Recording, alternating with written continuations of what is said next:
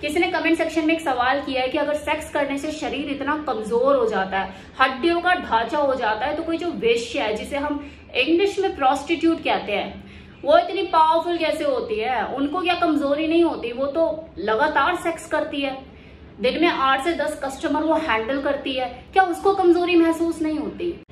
वो कैसे दूसरे कस्टमर के लिए इमीडिएट तैयार हो जाते हैं? क्या उसे थकान, उसे कमजोरी नहीं होती? इसके बारे में बताइए।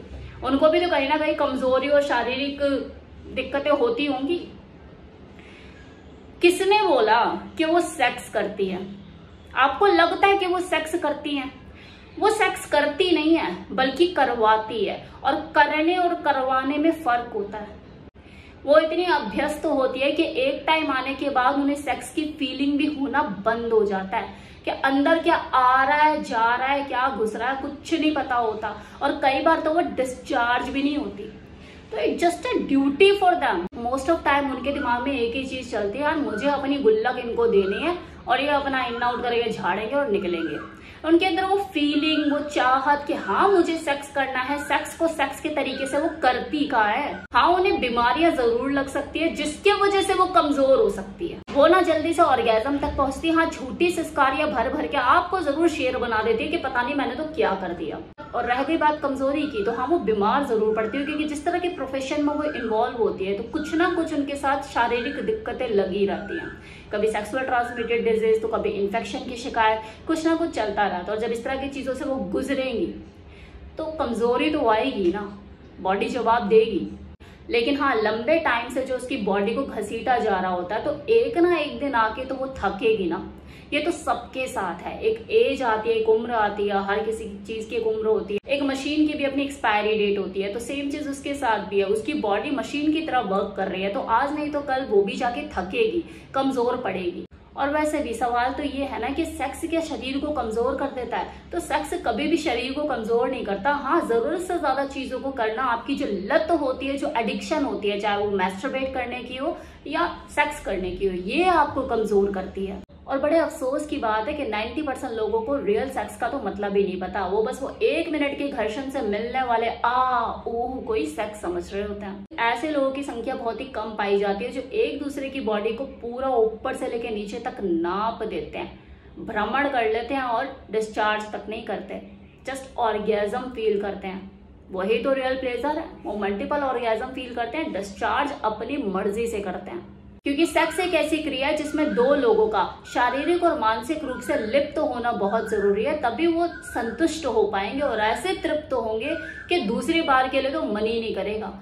अगर एक बार तसल्ली से आपको अपना मन चाहा खाना खाने को मिल जाए, तो दूसरी बार चाहे जितना भी लजीज खाना आपके सामने लाकर रख दिया जाए, खाने का मन करेगा? अंदर से नहीं करेगा ना। तो बस ऐसा ही होता है जब 2 लोग शारीरिक और मानसिक रूप से एक दूसरे के साथ जुड़कर सेक्स करते हैं, तो फिर दूसरा तीसरी बार की चाह ही नहीं होती यार। हाँ, अगर एक्सपेरिमेंट के चलते आपने सेकंड राउंड के लिए कुछ नई नई चीजें सोच रखी है, तो आप दूसरा क्या तीसरा भी खेल लो, वो आपकी अपनी चॉइस है। नए नए रिलेशनशिप में आए हो, एक दूसरे के साथ धुआं लगे हुए हो, दिन कब हो जाता, रात कब हो जाती है पता ही नहीं लगता, तौबा तौबा है। लेकिन मेरे कहने का मतलब सिर्फ इतना ही है कि संभोग को खाना पूर्ति का सिर्फ साधन मात्र ना बनाएं, बल्कि इसका पूरा लुत्फ उठाएं।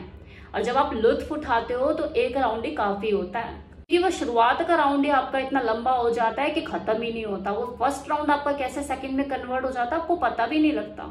और जब ऐसा वाला सेक्स आप इंजॉय करते हो ना अपने पार्टनर के साथ, तो कोई शरीर में किसी तरह की कोई कमजोरी नहीं आती, कोई फोड़े फुंसी नहीं निकलते, कोई आप पोलियो के मरीज नहीं बनते, बल्कि आपका शरीर और ज्यादा तंदुरुस्त होता है, जवान दिखता, खूबसूरत दिखता है। आप खुद को पहले से ज्यादा स्वस्थ पाते हैं, मेंटल हेल्थ आपकी इंप्रूव होती है, टेंशन रिलीज होती है, मूड फ्रेश होता है आपका, पॉजिटिव एनर्जी बिल्ड होती है, आपकी हार्ट हेल्थ अच्छी होती है, चिड़चिड़ापन खत्म होता है, हर काम में मन लगता है, और आपकी पार्टनर के साथ आपका जो रिलेशन है वो मजबूत होता है, स्ट्रांग होता है, फिजिकल और इमोशनल इंटीमेसी बढ़ती है। तो है ना कितने फायदे? बताओ नुकसान का है? नुकसान बस तभी है जब आप लत लगा लेते हो, जब आपको आंखें भी बंद करो तो सामने औरत नजर आती है, उसी का ही रूप नजर आता है। सेक्स में हमला करने की क्षमता है, ये आपको बना भी सकता है और आपको बिगाड़ भी सकता है। तो ये आपको डिसाइड करना है कि आपको इसे किस तरीके से अपनी जिंदगी में शामिल करना है। आपको इस सेक्स नाम की चीज से बचने की जरूरत नहीं है, क्योंकि वो संभव भी नहीं है। आप एक आम इंसान हो जो कि भौतिक संसाधनों से घिरा हुआ है, जैसे पैसा भी चाहिए, लड़की भी चाहिए और सेक्स भी चाहिए। बचना चाहते हो तो बस एक ही काम करो, अपने आंखों पे पट्टी बांध लो कि मुझे तो कुछ दिखाई नहीं दे रहा, जो कि पॉसिबल नहीं है। ऐसा कर सकते हैं आप देखोगे तो आपको पैसा, लग्जरी, लड़की, सेक्स सब नजर आएगा जो आपको रिझाएगा। तो आपको बचने की जरूरत नहीं है, आपको बस सेक्स नाम की चीज से खेलने की जरूरत है, वो भी मास्टरमाइंड बनके। पैसा, लड़की, सेक्स सब कमाओ, लेकिन जब ये चीजें मिल जाए तो अपना कंट्रोल मत खो, बैलेंस में रह के चीजों को करो। ना तो कमाया हुआ पैसा नुकसान देगा और ना ही सेक्स। अरे कहाँ चल दिए, अभी वीडियो खत्म नहीं हुआ, अभी बाकी है। लेकिन हाँ, वो पहले वाले सवाल का जवाब मेरा जरूर खत्म हो चुका है। उससे तो आप संतुष्ट हैं या मैं अभी और कुछ बोलूं? तो बोलने के लिए बहुत कुछ है मेरे पास। अनावश्यक रूप से अगर आप बिल में घुसे रहोगे तो खुद ब खुद लिजे से तो हो ही जाओगे ना। और एक टाइम ऐसा आएगा आपको अपने आप से ही घिन होने लग जाएगी। और रहा सवाल उस वेश्या का, तो सिर्फ इतना समझ लीजिए कि कुछ चंद पैसों के लिए वो अपने निष्क्रिय शरीर को आपके सामने पेश करती है। और वो ऐसा इसलिए कर पाती है क्योंकि वो एक पुरुष से बिल्कुल अलग है। एक पुरुष जब तक एक्साइटेड नहीं होता, उसके अंदर करंट पैदा नहीं होता, उसका पप्पू खड़ा नहीं होता, वो संभोग नहीं कर सकता। वहीं एक जो फीमेल है वो बिना एक्साइटमेंट फील करे शारीरिक तौर पर उपस्थित होकर संभोग कर सकती है किसी पुरुष के साथ। ये एक मेजर डिफरेंस है। हो गई खुश, मिल गई तसल्ली, आया चाहो थोड़ा सुनने में।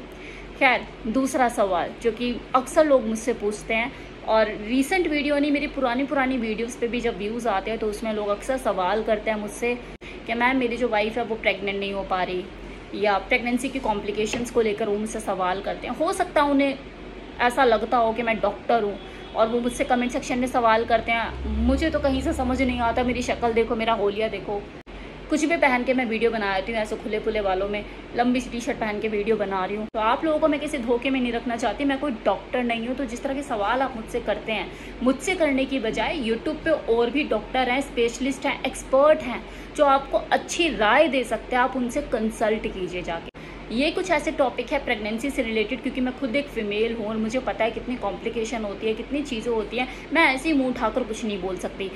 और किसी डॉक्टर ने अगर इस चीज़ के ऊपर बात भी करी है अपनी वीडियो में प्रेगनेंसी से रिलेटेड, और मैं उसे कॉपी पेस्ट मार के टपाटप यहाँ पे बोलना शुरू कर दूँ, तो बेटर है मैं आप हस्बैंड एंड वाइफ को डायरेक्ट उसके पास भेज दूँ, क्योंकि सिर्फ बातों से बात नहीं बनेगी। आपको डायरेक्ट कंसल्टेशन की ज़रूरत है।